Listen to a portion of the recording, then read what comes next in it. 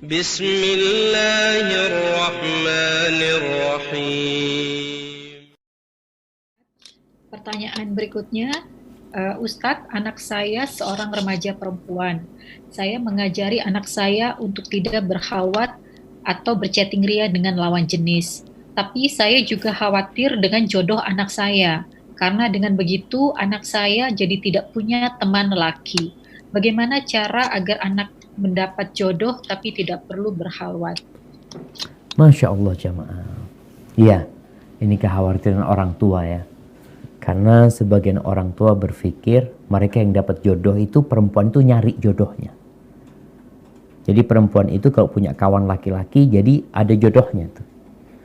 Padahal kita melihat ada perempuan-perempuan yang solehat, yang qanitat, yang akan melamar dia nantinya adalah laki-laki yang soleh.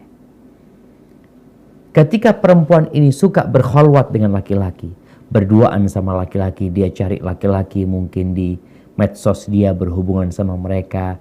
Dalam pikiran dia sedang mencari calon suami. Ya dia akan dapatkan suami kalau dengan cara seperti itu yang suka berkholwat dengan wanita. Artinya kalau kemudian terjadi pernikahan, nih laki-laki memang suka berkholwat sama wanita. Nanti sudah menikah pun dia akan berkholwat dengan wanita. Karena memang dia bukan laki-laki yang soleh. Semua ada pangsa pasarnya. Jadi memang seorang anak perempuan itu, kalau dia soleha, kalau dia taat sama Allah SWT, semakin dia dekat sama Allah, insya Allah Allah akan kirimkan buat dia suami yang baik-baik. Coba kita buka firman Allah Subhanahu wa ta'ala di surat An-Nur. Nah, jemaah. Surat An-Nur ayat 26. Tafadhal dibaca. A'udzu billahi minasyaitonir rajim. Al-khabithatu lil khabithina wal khabithuna lil khabithat. Wat-thayyibatu lit-thayyibina wat-thayyibuna lit-thayyibat. Ulaika mubarra'una mimma yaqulun lahum maghfiratu wa rizqun karim. Perempuan-perempuan yang keji untuk laki-laki yang keji. Dan laki-laki yang keji untuk perempuan-perempuan yang keji pula. Sedangkan perempuan-perempuan yang baik untuk laki-laki yang baik, dan laki-laki yang baik untuk perempuan-perempuan yang baik pula. Mereka itu bersih dari apa yang dituduhkan orang. Mereka memperoleh ampunan dan rizki yang mulia, yaitu surga. Masya Allah jemaah. Jadi semua itu ada pangsa pasarnya. Allah sudah tetapkan. Perempuan-perempuan yang buruk ya udah, yang nunggu dia laki-laki buruk. Laki-laki yang buruk ya dicari sama perempuan-perempuan buruk. Namun perempuan yang baik-baik maka Allah jodohkan sama laki-laki yang baik-baik. Dan laki-laki yang baik Allah sediakan buat dia perempuan-perempuan yang baik. Prosesnya tapi gimana Ustaz? Yang pertama serahkan sama Allah. Jaga putrimu.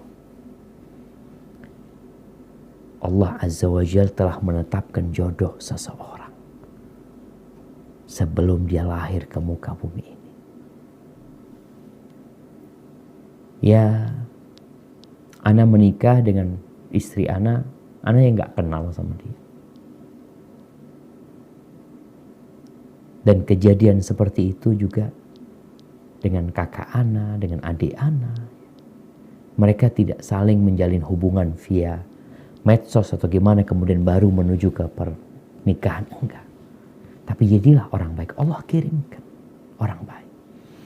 Baik. Yang kedua, sikap orang tua. Orang tua perlu proaktif. Dia menawarkan putrinya.